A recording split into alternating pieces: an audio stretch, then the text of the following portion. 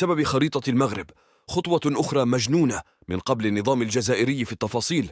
أصدر النظام الجزائري العسكري تعليمات للسلطات المحلية التابعة له في مختلف المدن الجزائرية أمس للقيام بحملة تفتيش لحجز جميع المنتجات التي تحمل خارطة المملكة المغربية.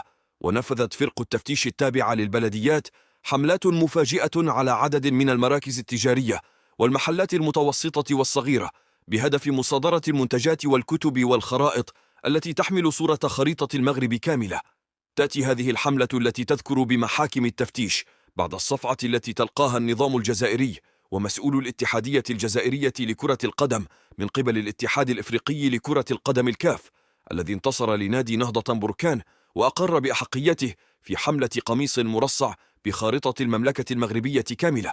وتأتي هذه الحملة الهوجاء بعدما قامت السلطات الجزائرية بمنع فريق نهضة بركان لكرة القدم الأسبوع الماضي من مغادرة مطار الهواري بومدين بالجزائر العاصمة بسبب القمصان الرسمية للفريق البرتقالي التي تحمل خريطة المملكة المغربية كاملة. وكانت السلطات الجزائرية قد صدرت أمتعة بعثة الفريق البركاني فور وصولها إلى المطار بحضور رئيس النادي عبد الحكيم بن عبد الله قبل أن تقرر تفتيش ملابس اللاعبين.